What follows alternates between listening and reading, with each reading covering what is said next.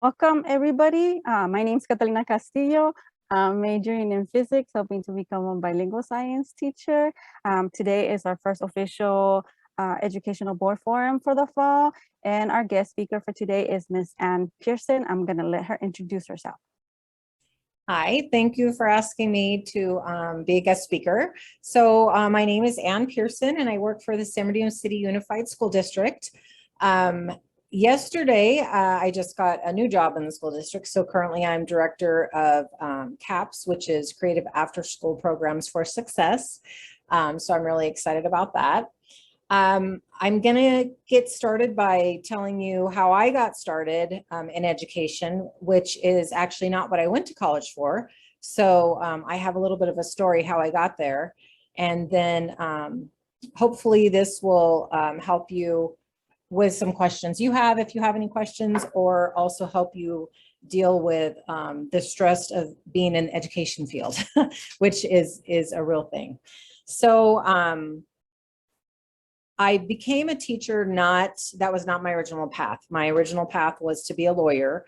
So I went to a local junior college. I lived up in the high desert and I went to Victor Valley College and got my associate's degree because I was also from a very poor family. So stood in the lines at the churches for bread and cheese, that sort of stuff. My mom was physically disabled. So grew up in a loving environment, but it was a real struggle for money. So also working since I was 14.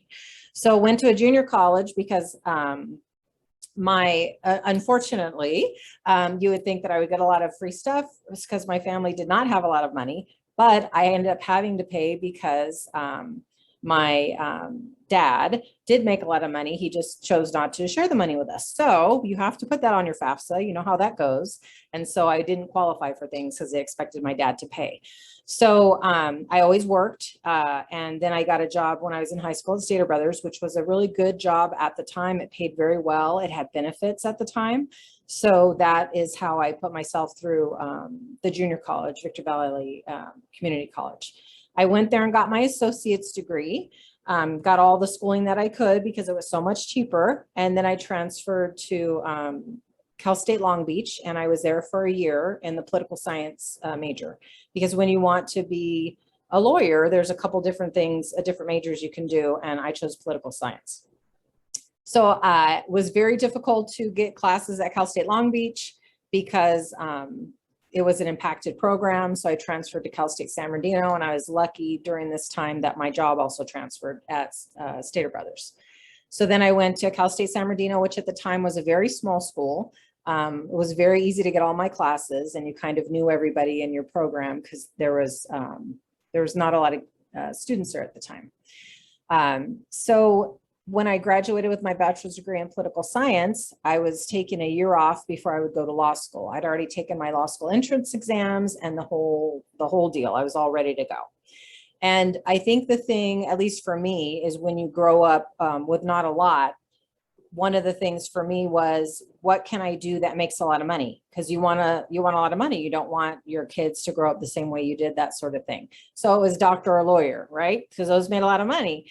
But I had anatomy in high school and I had to dissect a cat. And so that was it as being a doctor. I was like, there's no way I could do that. So that was lawyer. So lawyer wasn't my passion. It was interesting, but my goal was because I didn't like being poor. So I wanted to make sure I had some good money there, a good money making career. And it was interesting to me. So I took a year off to save money for law school, because I had gotten some student loans at that time. Because again, I didn't qualify for aid because of my dad's income. And I decided, well, since I'm used to going to school full time and working at Stater Brothers, I'll get a second job to save for law school. So Stater Brothers was always very flexible with my college classes for the most part. So they were also going to be flexible with a second job. So my fiance at the time, his mom was a school secretary in Colton, and she said, you should get a job as an instructional aide because, you know, there are not a lot of hours. It's a good part-time job in addition to Stater Brothers. So I applied in Rialto. They were hiring, and I got hired as an instructional assistant, 3 hours a day in the morning. And then we were on a track system. So every 3 months you got a month off. And I was like, and I still got paid. That's fantastic. So I'd work as an instructional aide in the morning, and I'd go and work at Stater Brothers in the evenings or on the weekends. And I was putting that money away for law school. So after about 2 months, I just discovered that teaching kids was my passion. And it really was quite accidental. It was a second job that I could get that was flexible to save for what I thought was going to be my career. So it was all of about 2 months. And I remember the moment that was defining for me was I was working with a small group of students. That's who I would pull, 5th and 6th grade. And one of them just finally got long division. After I'd gone over it and over and over, you know, repeatedly, finally, you just saw the light bulb above her head and she was like, I get it. And then she got it from there. And that was it. That was my hook, right? That was like, oh, I want that feeling all the time. I want to see that these kids are learning and growing and that I helped that. So that was it. So then I talked to some wonderful people there, vice principal, and asked what I had to do to be a teacher. And so they advised me to go talk to people at Cal State San Bernardino. So I did. And then I found out, because I was a political science major, there was all these tests I got to take because I wasn't a liberal studies major or like a science or physics major, where that's what I was going to go into for single subject. I wanted to teach elementary school, which was multiple subject credential. So they said, well, you can go back to school and take all these classes for a year and then go into the teaching credential program and do all these classes. Or you can take something called the subject matter assessment. It's a written test, and then it's an oral interview with professors where they ask you questions.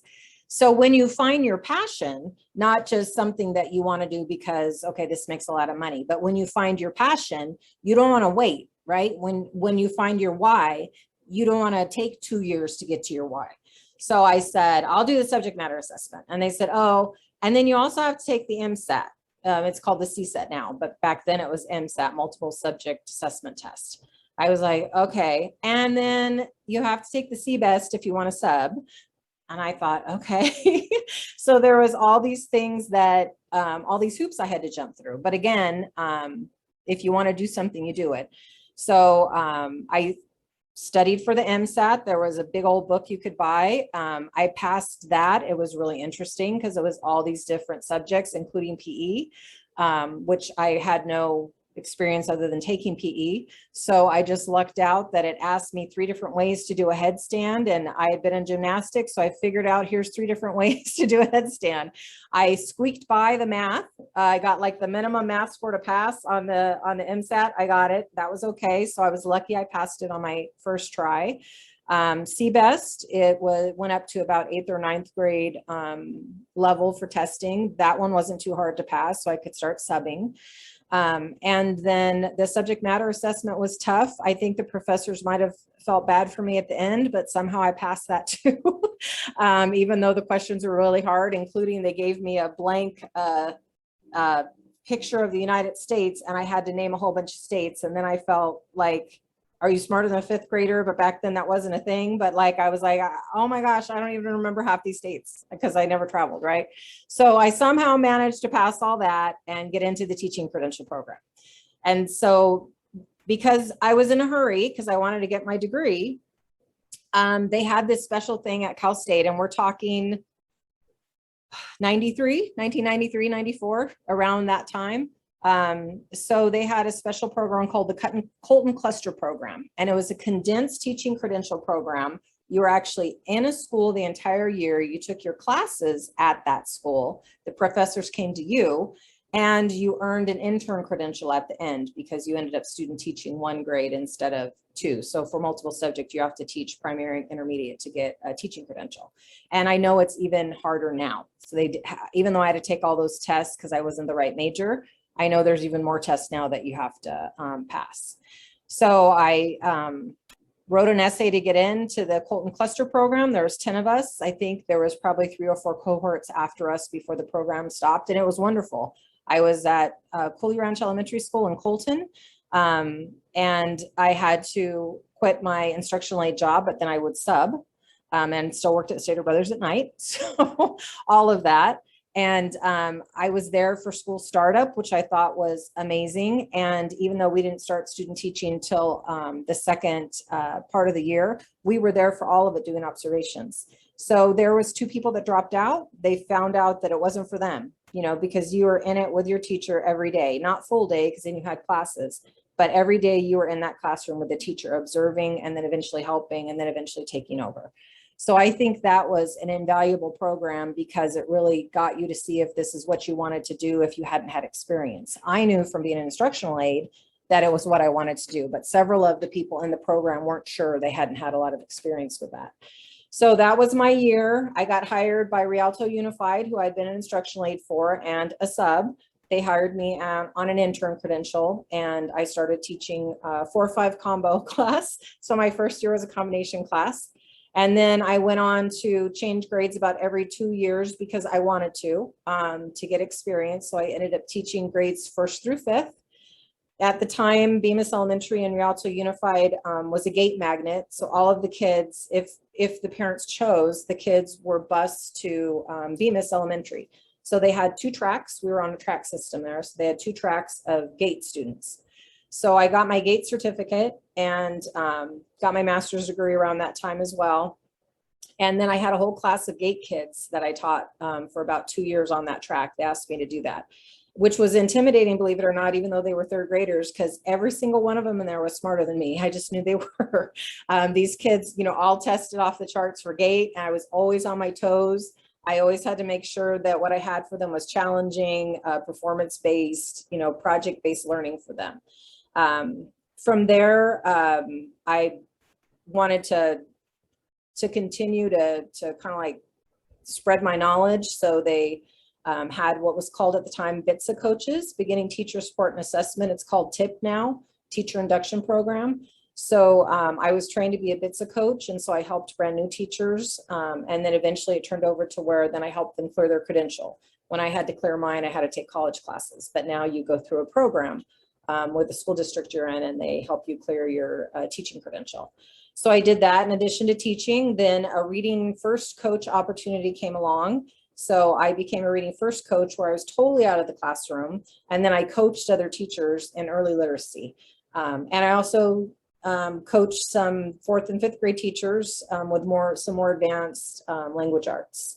I did that for a few years. And in the meantime, I went back to get my 2nd master's degree because I decided I wanted to be an administrator.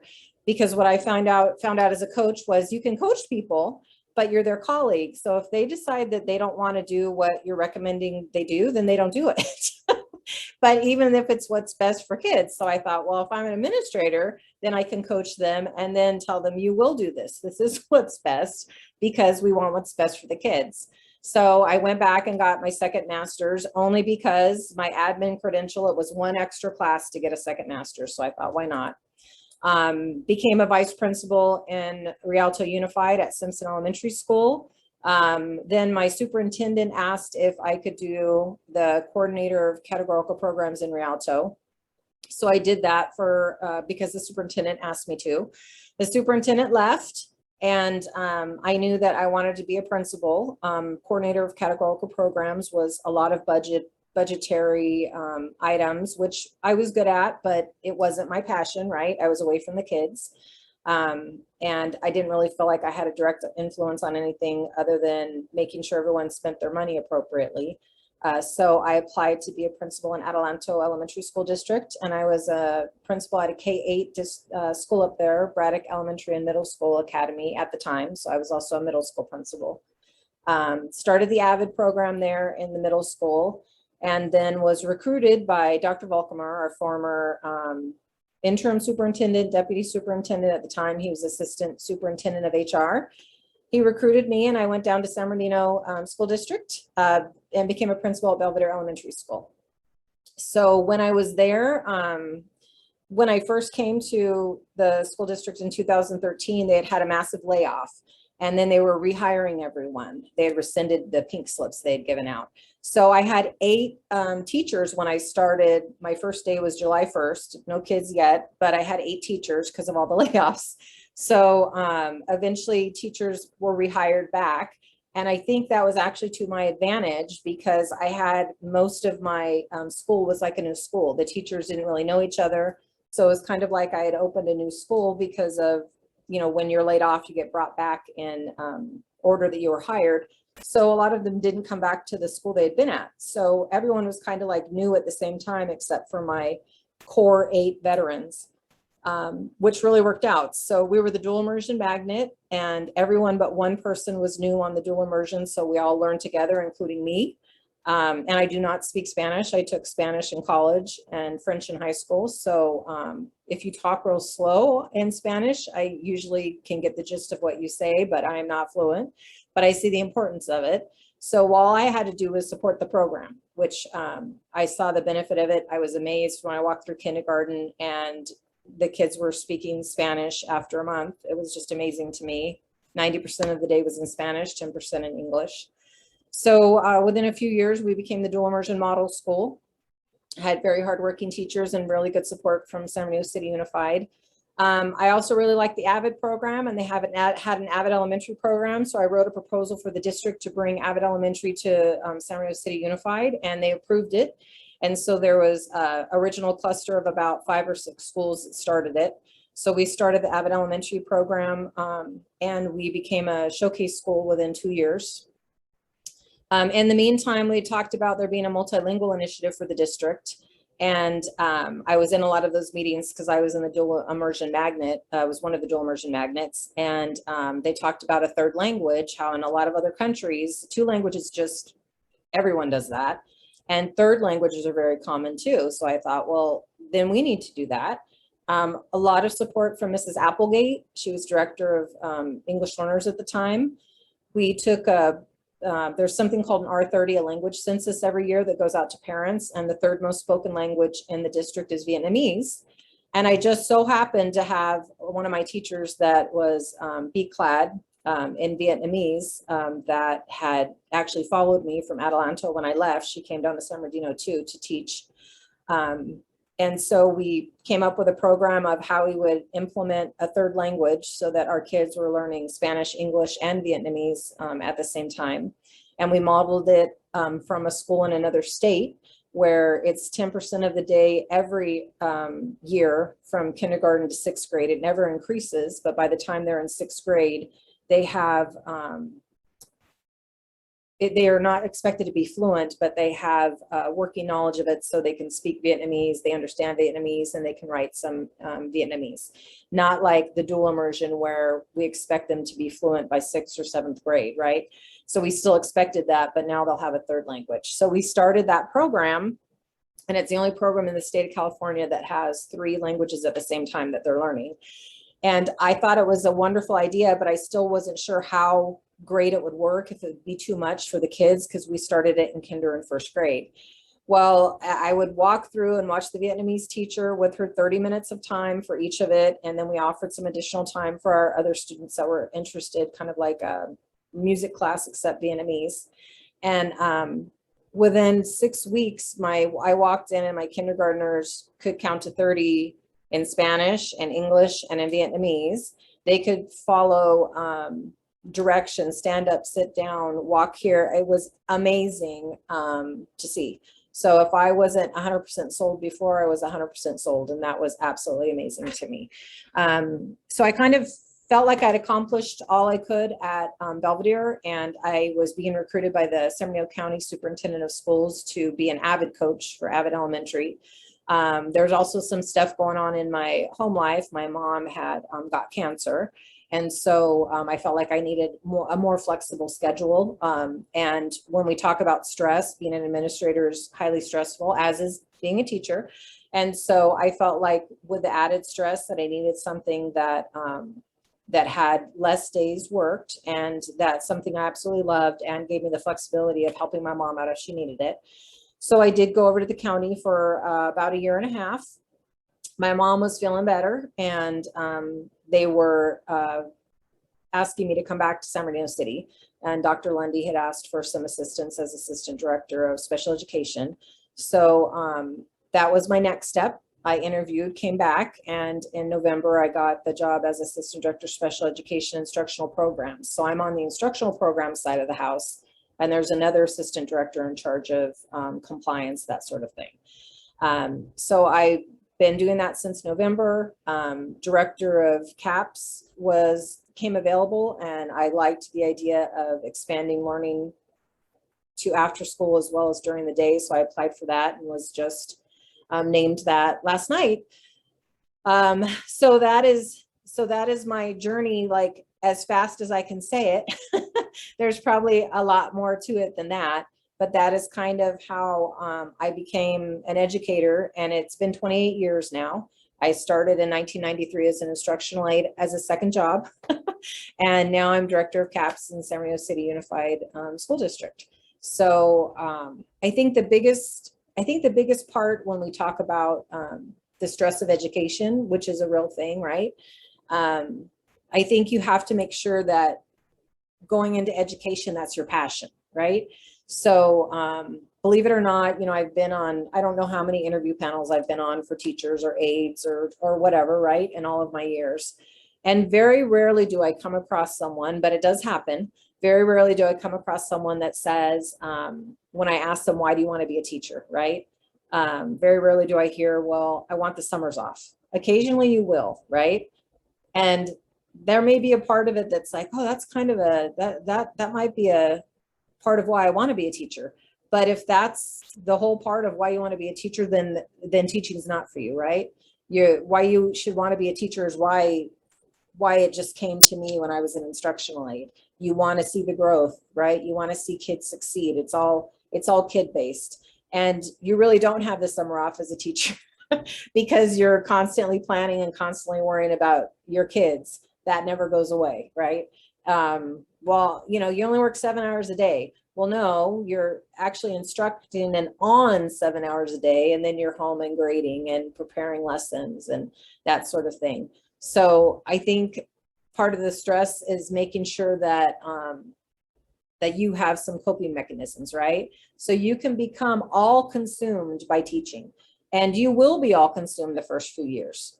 It's much better now. We didn't have a lot of curriculum when I was a teacher, so I was making my own tests. I was making my own workbooks, right? I just had the book, I had the textbook, or I had novels and I taught with novels, and then I had to make tests for that. There wasn't the internet. I had these giant, I don't even remember what they were called. IMAX, maybe? I don't remember. They were giant. And the only thing you could really do on them is they had the big floppy disks. And maybe when we're teaching Gold Rush, as one of the centers, the kids could do Oregon Trail on the big floppy disk. I mean, technology was not a big thing when I started. As it came along, it got better, and you learn as the kids learn. But it is much easier as far as there's still a lot of prep to do, right? But a lot of it's already done for you, and there's so many more resources than there was when I first started teaching. But I will say the positive thing about that is I think there was a lot more collaboration among people as far as not just like looking over data, but creating things together, because you had to create stuff. So I think there are a lot of old school teachers that love to collaborate and are used to that. But you also have those veteran teachers that close their door and don't want to collaborate. So I think the other important thing is, if you're going into teaching, don't try to do it on your own. That is not a good way to handle stress. You need to have colleagues that you talk to about how come your kids' writing is so great? What are you doing? You have to constantly have that support, so you don't feel like you're all alone, and you don't feel like, throwing in the towel, because you will feel like throwing in the towel more than one occasion as a teacher, and that's okay, but don't throw in the towel.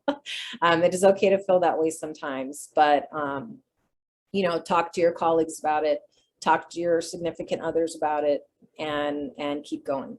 But I would say making sure you have a good support system, not only at home, but among your colleagues, is important. I would say make sure that you're very reflective about your teaching, and make sure when you feel like it's a little too much, go back to why, right? What's your why? Why did you get into it? Maybe a teacher helped you. Maybe a teacher saved you. Maybe you're going down the wrong path and a teacher saw something in you that you didn't see. And you want that to, that's your why for why you're in teaching. You know, whatever that why is, teaching is not an easy profession. So that why has to be your passion, and you have to go back to it when the stress gets kind of heavy. And then I think one of the other ways to handle stress, and this is hard even for me, is don't take everything personally, right? Don't take everything personally. And remember, especially if you're working with elementary school kids, they're kids. My big thing that I used to tell new teachers is don't argue with children. You know, that might come from a mom perspective, because eventually I was a mom, but you know, don't argue with children. And remember, they're children, they're little, you know, they don't have the coping mechanisms that grown-ups have. And you've seen those grown-ups that grew up and don't have the coping mechanisms, right? Those are the ones you see on the reality TV shows. So make sure that you remember that when you're getting feeling like you're getting stressed about the kids. Remember, they're kids. And use your resources. Do I have a counselor? Do I have another teacher that I can go to talk to? Because really the bottom line is it all comes down to relationships. Do you have good relationships with the kids? Do the kids know that you care about them, even if they're on the ground and stomping their feet? Do they know that no matter what, that you're still going to care about them and be positive for them and be there? So I don't know. I know that's my story. That's a little bit of how to handle stress. I would just emphasize, make sure you have a balanced life, whatever that is. If that means you love to scrapbook, make sure you put time into scrapbook. If that means you love to go for hikes, make sure you go do that. You can scrapbook with teacher friends. That's what I used to do. So we'd scrapbook, which was a stress reliever, and then we talk about the profession. So I would just say, make sure that your life is balanced out and that this is really your why. Because if it's not your why, then you got to do a different profession. So some pointers I don't know. Yes, go ahead. Oh, I was just going to say that's like weird transition when you're starting to a lawyer. I would have never imagined. And then like you ended up at special ed and then now moving into CAP. So it's just amazing. Like as humans, you know, we don't really know what the future holds, you know. You can't kind of begin to, I guess, lay the pathway to where you want to go, but you really don't know where you end up. No, right? That was what my goal was for a while, but that goal wasn't my why, right? It might have been a little bit of my why. I wanted to make sure this didn't happen in my future, but the passion wasn't there, you know, and I think that is the big difference. So here's a couple of things I would encourage for people that are interested in it. For sure, San Bernardino City Unified hires interns, student interns, and it usually means you work 20 hours a week. It's minimum wage. It's not big bucks, but it's flexible. So I think almost every school has some sort of intern, if not more than one. School district departments also have interns. So you may be working with small groups of kids like an aide. You may be in the IT department working on computers because that's your jam, you know, you might be doing that. But any of that will get you a taste of what it is like to be a teacher or to work in education. And you get paid for it. And when it's finals week, the hours are flexible. So you can say, okay, I can work Tuesday, Wednesday, but I have finals, so I can't work the other days, right? So we're also very flexible with our interns as far as, you know, I've got midterms, I've got finals, I have classes Tuesday, Thursdays, I can only work Monday, Wednesday, Friday. So we are, of course, always hopeful that you're going to be our future workforce. So there's a little hidden agenda there, right? We're happy to be flexible with you, but we're really hoping that we're going to hook you into the education field. And that doesn't mean just as a teacher, right? We have some people that interned over in IT and now they're one of our classified employees and they work in the IT department, a wonderful job as well, but they're working in the IT department at a school district, right?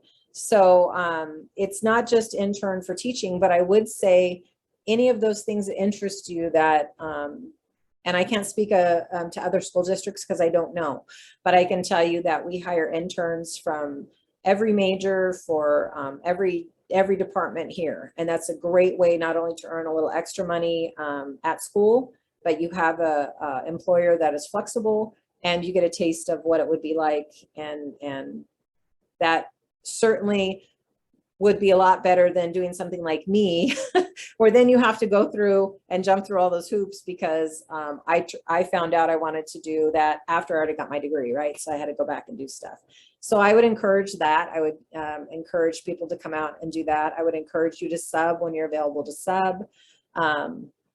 There's just a lot of opportunities at the school district to get your feet wet and decide if that's what you want to do.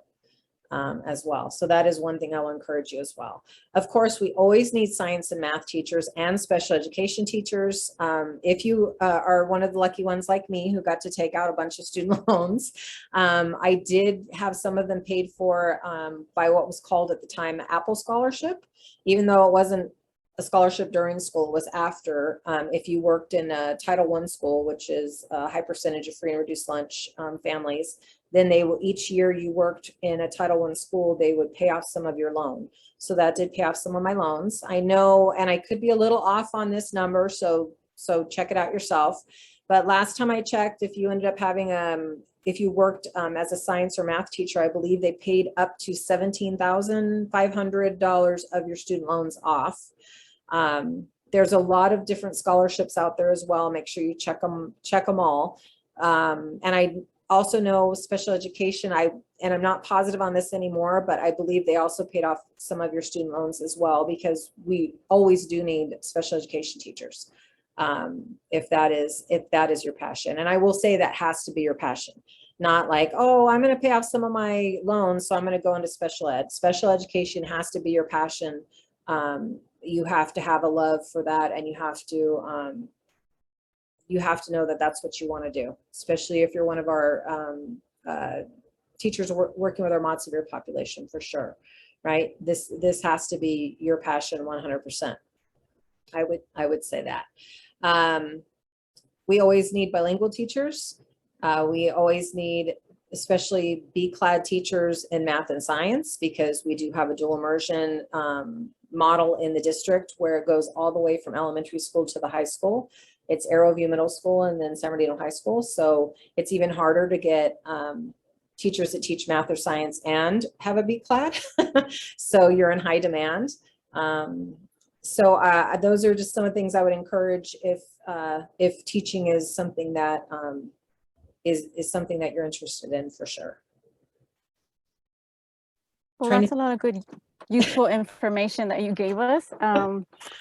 I hope a lot of our members take advantage of that, and that how would they go about reaching out if they are interested in doing the internship programs? Do they just like go to HR, human resources, and just let them know they're interested?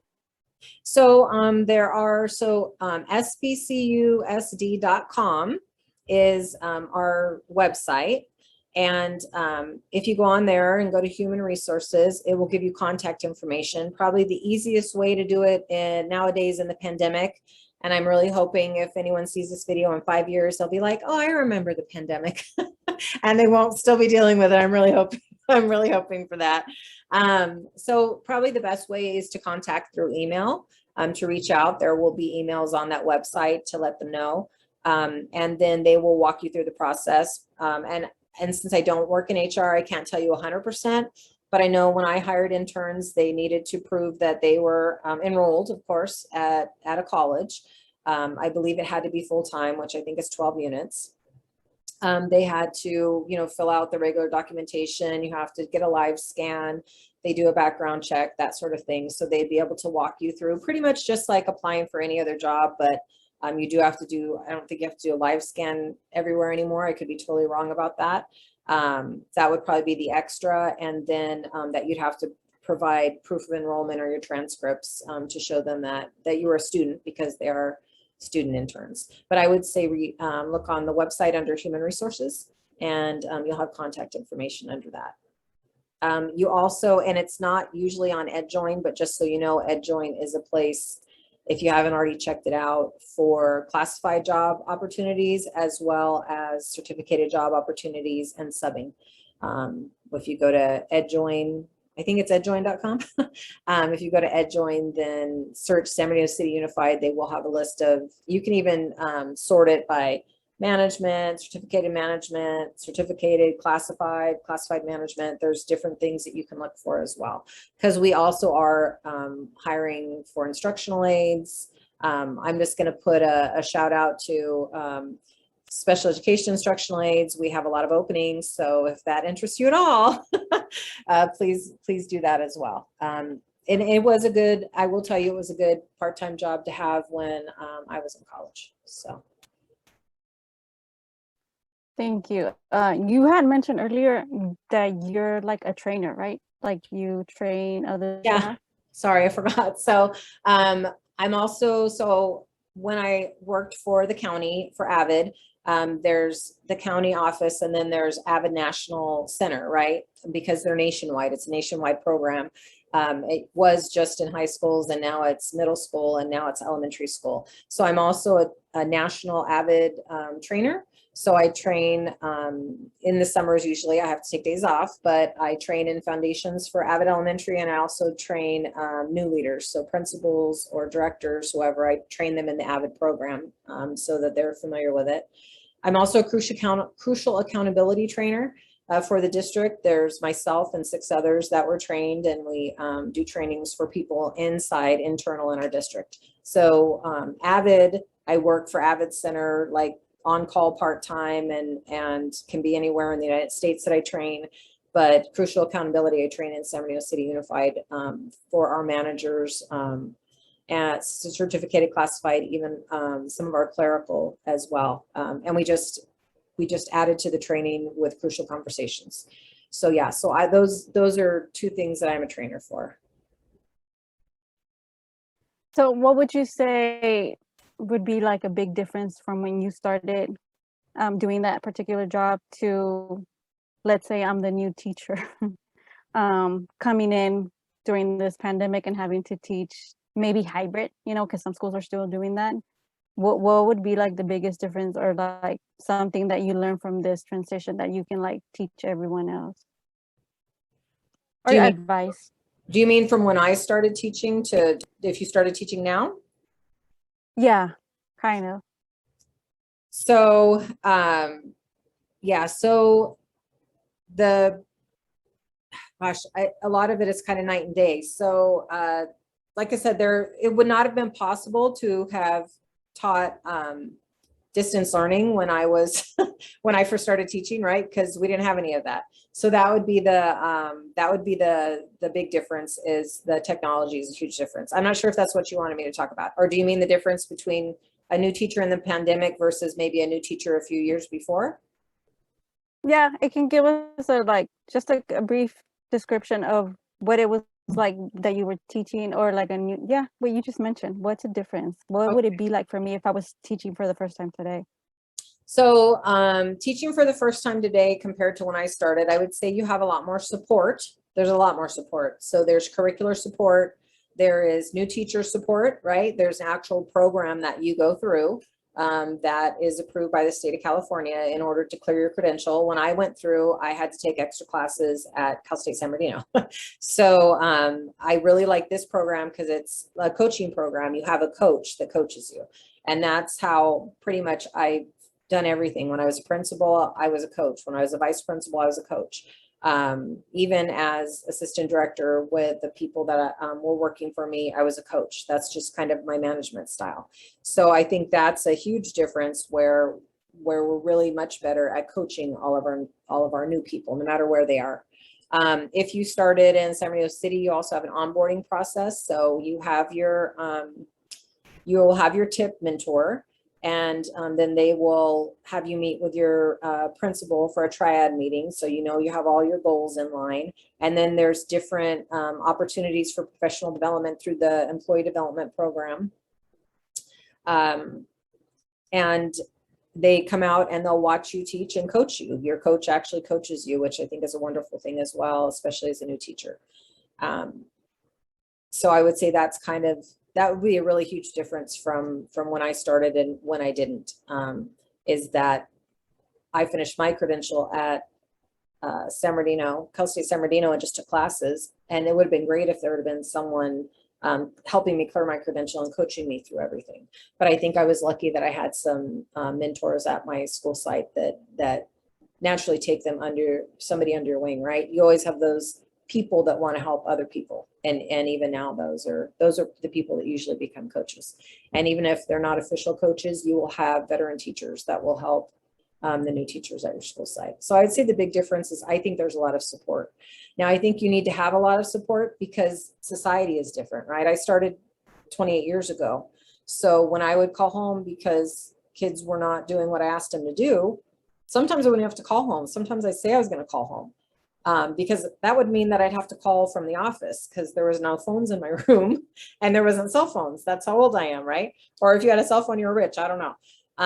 So like I wouldn't call on my cell phone, right? I'm gonna go call at recess. And usually that was enough to have the kid get it together and behave like they were supposed to. And of course, the big difference now is society is very different, right? So sometimes the kids will be like, I don't care, call my parent. And then when you call the parent, you understand why the kid didn't care because, you know, the parent is not as supportive as they were. So I think that's, you know, a societal shift. I wouldn't say that's all the time. You know, I would call parents sometimes, they're like, I'm going to be down there in 5 minutes to talk to my child. I was like, oh, okay. But that was kind of the expectation before, right? And that's not what happens a lot. And I think also, like I said, that's a long period of time, right? You still had a lot of moms at home, right? You didn't have there's both parents working, but a lot of times I could get a hold of someone because someone was at home. And now everybody's working. Some people are working 2 jobs, right? California is expensive to live in. Some people are working 3 jobs. So some of it is just doing what you have to do to feed your family. Not that you don't want to talk to the teacher. You're literally running job to job or place to place. So I think that's a big shift too in society. And that might be why it's a little more stressful to be a teacher, because I think I had a lot more support when I was a new teacher than the new teachers have now. And I wouldn't say that's the rule. I would just say that that's a change that I've seen over the years. Okay. Well, I mean, I know some of our members would not imagine a life without phones. But it doesn't mean that you're old. It just means that science is so awesome and moving us forward in a fast way.